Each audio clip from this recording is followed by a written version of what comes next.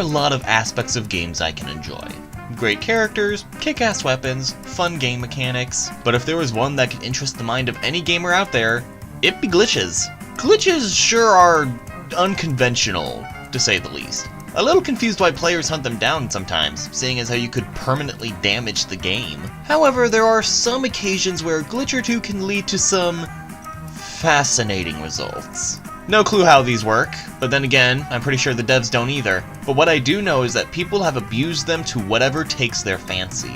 Sometimes they're entertaining, sometimes glitches break the game, sometimes they make it better, and then there are the ones that have a bigger reputation than the game itself. For this list, I'll try to focus on glitches that had big impacts with not just the gaming community, but on the history of gaming itself. So let's have some fun, shall we?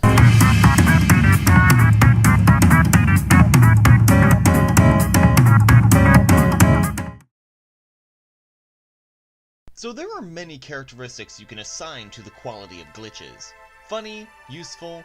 The one I think is most fitting is scary. You have to remember that these are parts of games that not even the developers are aware of, with the possibility of making the game incredibly difficult, or at the very least, make things freaky. One of the glitches I considered came from Sherlock Holmes' The Nemesis, where throughout the game Watson will Jesus! But for number 10, I want to look at a more dangerous glitch.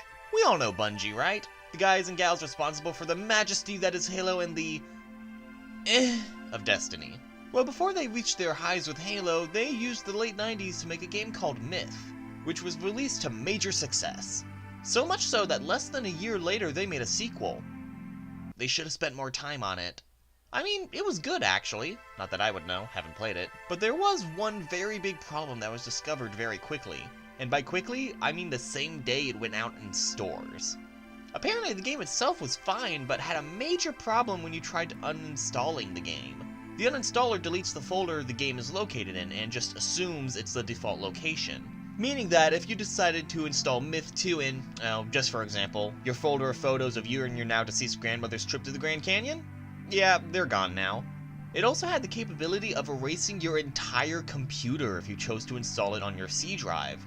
Needless to say, this fuck-up cost Bungie a hefty price of over $800,000 to recall every shipped copy of the game. That is pretty scary, but kind of interesting.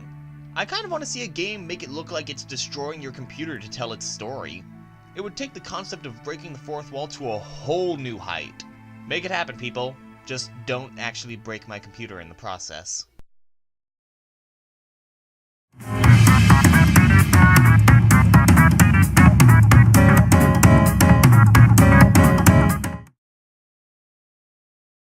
Can glitches fix a broken game? No. Hindsight, that was a stupid question to ask. But there have been many different times when a poorly made game was made at least a bit more entertaining because of an interesting glitch or two. Sonic 06, one of the worst games ever made, was and is still kind of fun to play thanks to the chaotic nature that exists within its codes. Sonic Boom, a game that was even worse, had some solace in the infinite Knuckles jump glitch that made the game at least worth playing, just for that alone. And if Sega and Sonic Team weren't complete morons and hadn't patched the one redeeming quality of this game, Knuckles would have a place over here. Instead, let's talk about an equally broken game, Big Rig's Over-the-Road Racing. Actually, to be fair, calling Big Rigs broken is almost a compliment. Unfinished is a more fitting description. This game is just barely functioning enough. The reviews show this to be one of the worst rated video games of all time, but in the eyes of its players, it's one of the best games ever made. I mean, look at this shit! It might not be well made, but good lord, it is satisfying to play. But what I'm after is one very specific glitch. Driving forward in this game will let you drive big 18-wheelers up 90-degree angles and through buildings without slowing down even a bit. Drive backwards and oh my god! What the hell was that? I don't know why, but for some reason driving backwards causes you to steadily become faster and faster until the world just melts beyond recognition. And honestly, it's a beautiful sight. Doing this makes you reach speeds that the human mind can barely comprehend. I don't know who let the UFP install a warp drive in a semi, but I'm not complaining. Don't think anyone is.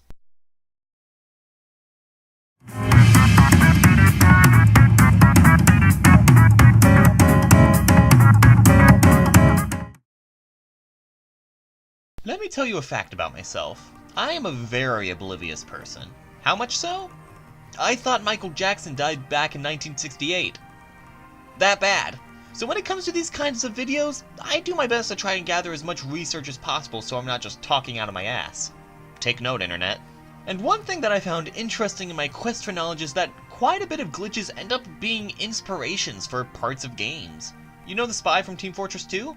Originally a glitch found in the mod made for Quake. The combos in Street Fighter 2? Complete accident. Hell, even the speeding up in Space Invaders is technically a glitch. Yeah, that wasn't supposed to happen, but they left it in because it makes it more of a challenge. The one I want to talk about comes from Civilization. Remember when I said I was oblivious? Well, I discovered the Civilization games exist just last year. But honestly, I don't feel too bad about that. It's not really my type of game. You pick a famous historical leader and rule their part of the world. You can play as Julius Caesar, Stalin, but it also gives you the option to play as Mahatma Gandhi, who, if you weren't aware for it, is famous for his peace-loving ways. A fun thing in this game is that all the characters have an aggression level. Gandhi starts out at 1, cause, you know, Gandhi. But something very intriguing happens when India adopts democracy. Your aggression goes down by 2. If you were to take a look in the game's code, you'd find a little reminder that if you're liking this video, you can stab that subscribe button to become a Starbite, and bang the gong to stay notified on all future videos. Oh, sorry, that was a typo in the script. Here it is! What you actually find is since the game doesn't like negative numbers, instead of being -1, it rounds up to 255! So, Gandhi's now as angry as physically possible and starts nuking everybody. Kind of like what North Korea wanted to do a little while ago, except somehow even more insane. It is just so goddamn funny! And since it was so ironic and hilarious, the developers left it in and made it a part of every single game in the series. So you can now play Civilization 6 and get your ass nuked by Gandhi in beautiful 3D graphics. Fuck world peace, let's just blow everything up! Not the best motto to live by, but it works for now.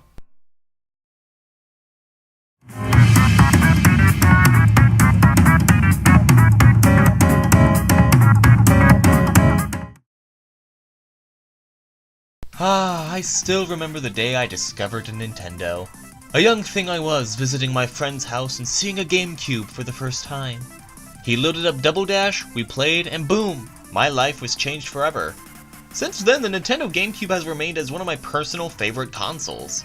Granted, the console itself never sold well, but the impressive library of games it had was almost too much for the human eyes to handle. Luigi's Mansion, Custom Robo, Metroid Prime, Resident Evil 4, and of course the best game on the console, The Wind Waker. And of course, the game we'll be talking about is Super Mario Sunshine. Back when I was a kid, this was my favorite game. I spent so many goddamn hours exploring Delfino Isle. But even as a kid, with how oblivious I was, I could tell this wasn't the most polished of games. The number of glitches made me go mad. But now in adulthood, I've learned of a really cool glitch that makes me really wish I never lost the game. So you go to Bianco Hills, grab the rocket nozzle, and start fucking about on the ropes, and for whatever reason, using the rocket nozzle on these things make it so you just waste your water. Or at least until you get high enough and come across one of these annoying wind spirits that like to bash into you. But the fun comes in when you see that they send you flying off with the compressed force of every single blast you thought you wasted. Sending you off so high that you could go bake some cookies and you'd probably still be falling by the time you got back. It is quite a beautiful sight. You can also see an entire render of the island as you fall back to Earth. They didn't really need to do that, but I won't complain. It's a nice view.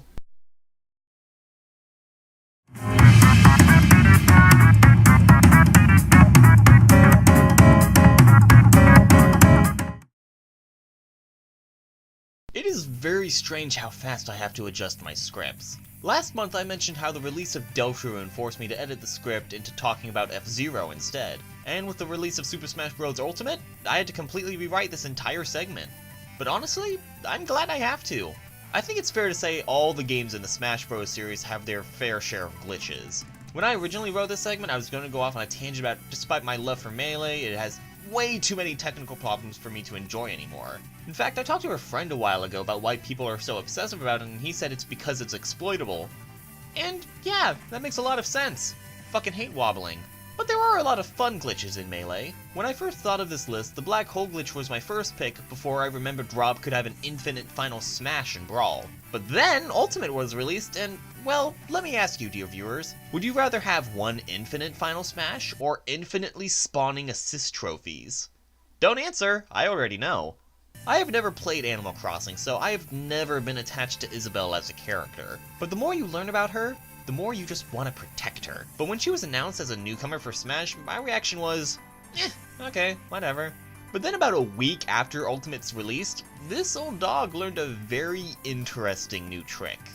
When you have two Isabelles fish for the same assist trophy and one of them grabbing it, that causes the assist trophy to keep spawning indefinitely, with the only way to make it stop is by attacking her, which, needless to say, is kind of tricky when she's protected by a herd of Waluigis, an army of Shovel Knights, or, my personal favorite, Rathalos after Rathalos after Rathalos.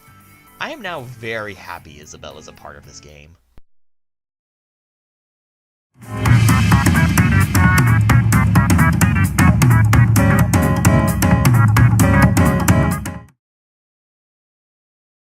Due to my wallet being mostly composed of coupons, there are several games I have been able to get my hands on. Breath of the Wild, various Telltale games, and as I mentioned in the previous countdown, the Grand Theft Auto series. GTA 5 is still an amazing game. You'd never be able to tell it's already 5 years old. But of course, it's not the most polished in terms of coding. Honestly though, it's not entirely the developer's fault. When making a game as big and as detailed as any GTA game, you're going to have some lapses. You know, just the occasion of going through a wall, or gravity turning off for a moment every now and then. And Grand Theft Auto 4 may have been worse in the number of glitches. Have you ever had one of those moments when you decide to park your car on a set of swings only to see it launch to the other side of Liberty City a moment later? Well, for whatever reason, this is what happens when you leave your vehicle against these swings, or even your own character if you feel ambitious. My guess is that Gravity Momentum went on a drinking binge the night before and just went wild. And the view of just watching yourself soaring through the air is quite the sight. Granted, the landing isn't as pretty, but that's to be expected. The biggest question I have about this is why the swing set? And granted, the internet has shown swing sets can lead to funny scenarios. But never would I have expected something on this kind of scale of intensity and danger. It should have been the slide. Those things are the true danger of the playground.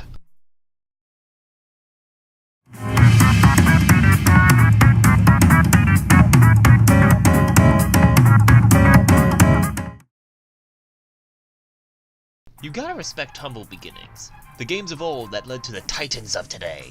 I am of course talking about the classic arcade cabinets that peppered the 80s. Granted, I wasn't alive back then, but I did spend many hours of my pupillage progressively playing plug-and-plays and PlayStation ports. Pterodactyl! I can't even count the number of hours I wasted away playing Galaga, Pac-Man, Dig Dug. I never gotten any better, but who cares when you're a kid? You're just having fun. Though now I wish I had gotten better, because if I had mastered them back then, I would have come across something quite entertaining. You see, games made back then were made to pass the time. Basically, you played until either you lost or just got tired. That was the formula back then. Fuck the story, it's not needed. Just give them something to have fun with. Point is, the majority of these games don't have an ending. Or at least, not an intentional one. If you manage to keep plugging away at it and have no life, you can force these arcade cabinets to break past their memory limitations and they will crap themselves in spectacular fashion. These nifty moments are called kill screens and I love them. Mostly because there's so much variety to them.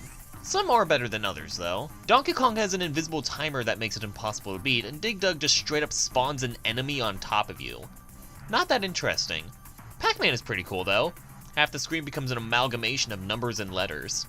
My personal favorite though has to go to Duck Hunt. Alrighty, let's shoot some ducks!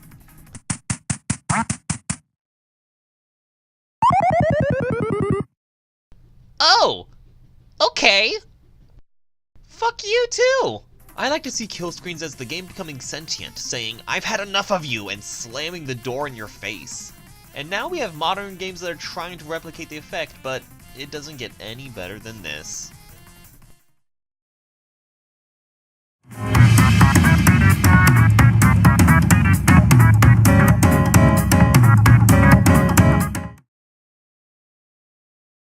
Others have made lists like this in the past. I'm well aware of that. And when it comes to this topic, there are some things to expect. And having the list titled Glitches and I saying Pokemon, your mind should only go to one place. While I have loved Pokemon for most of my life, I never got into the games until, and this is completely coincidental, I turned 10. And I'm sometimes thankful for that. I have never played Gen 1, and I have no desire to anytime soon.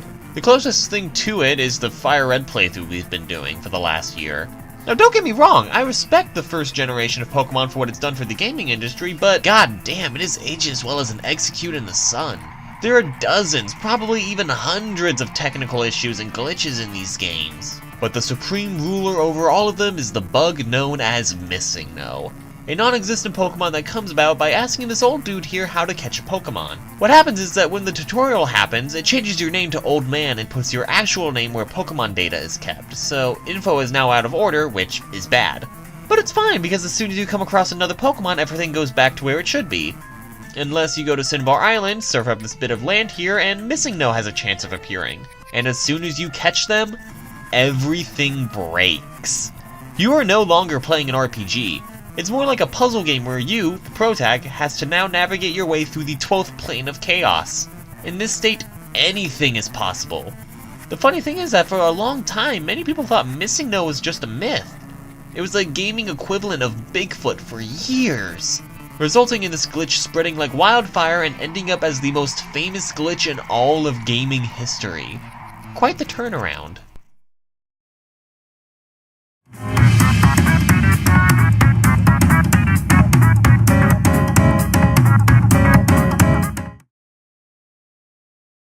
So we have gone over so many kinds of glitches. And the one thing they all have in common is that they don't serve much of a purpose aside from being something to entertain you for a few minutes. Very few glitches can be considered useful, but it doesn't matter how very few there are, speedrunners will abuse them like a... You know, looking at the script now, the joke I put here was a bad idea, so let's just skip over this part. Speedrunning is an activity that confuses the hell out of me. People who make sense of all of this are operating on a plane above all of us. Super Metroid takes a little over 7 hours to beat, and the speedrun record is 41 minutes. That kinda makes my head hurt. But not nearly as painful as trying to decipher speedruns for Legend of Zelda games. These games take dozens of hours to beat, sometimes longer for all the side quests. Then you see speedruns that obliterate the game's coding. An honorable mention to the barrier skip glitch from Wind Waker, which knocked off over 2 hours from the world record. But Ocarina of Time has something far more mind-shattering. I spent so long finishing this game, and the world record is a little over 17 minutes. Fucking what? And all because of one game-breaking glitch. The wrong warp. So I could try explaining how the wrong warp works. I could also try explaining the theory of quantum entanglement, but I'm pretty sure I'd end up with the same results. Seriously, the wrong warp is so complicated that I'm not even sure how it was discovered in the first place. But all you need to know is that messing around in the Goma boss room, you can send yourself as Child Link into Ganon's castle at the end of the game. Yeah, because that totally makes sense. But my confusion doesn't change the fact that this allows the game that is over 27 hours to be beaten 9,000% faster than normal. My math might be a bit off with that, but that's still kind of nuts. Who knew that a stick in a bottle can break a game so much?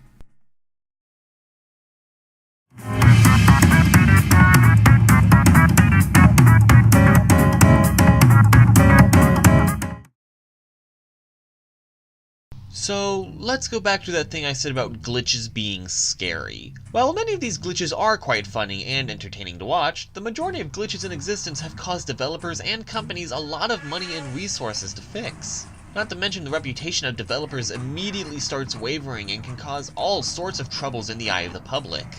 Especially when that developer is Blizzard and all eyes are on the world of Warcraft. You know, this is my first time talking about this game, and there are good chances it will be my last. Not that it's a bad game, god no. I don't think I'd get a lot of hate if I said WoW is the most popular, successful, and biggest MMORPG of all time. Even in its early day, WoW was big, but there was a problem that arose in those early days too that not too many players want to remember. So back in 2005, Blizzard released a patch that, Well, to put simply, it went like this. Sup fam, come check out this super lit new jungle area. Fight some ogres in this super cool blood-dragging god monster. You know, layman's terms. Anyway, it was kind of cool. The blood monster, Hakard Ozilgrub, that's a name, had a special debuff called the Corrupted Blood Disease that drained your health rapidly and could easily be spread to other players. So you could enter the temple with a party of 10 and within a minute's time everyone be infected. But it's fine, because it was limited to the new area so it would be contained. Well, at least it was until it was discovered pets could contract the disease and spread it outside and... oh no. It didn't take long for the sickness to hit the big cities, and once it did, it went everywhere. Everywhere you went, you would find the skeletons of people who died, and the entire game went into pandemonium. Keep in mind that while it was still in the early years, World of Warcraft's community was still over 2 million worldwide, and that this plague went on for nearly a month before Blizzard was able to stop it. But what is truly fascinating about this glitch that puts it on top is how it reflected real life during that month. You had people setting up quarantine zones, hospital areas. You even had groups of players trying to embrace the anarchy and spread the disease further, while being hunted by other groups of players acting as police. And you might think I'm exaggerating, so allow me to tell you that several universities went looking into this glitch as epidemic research, as well as Yale University and the Center of Terrorism and Intelligence Studies looked over the game to study how terrorist cells operate. You can't make this shit up! And all of this came from one broken line of code. Can't wait to see what glitches do next. Thanks for watching, and I hope to see you next time, Starbites.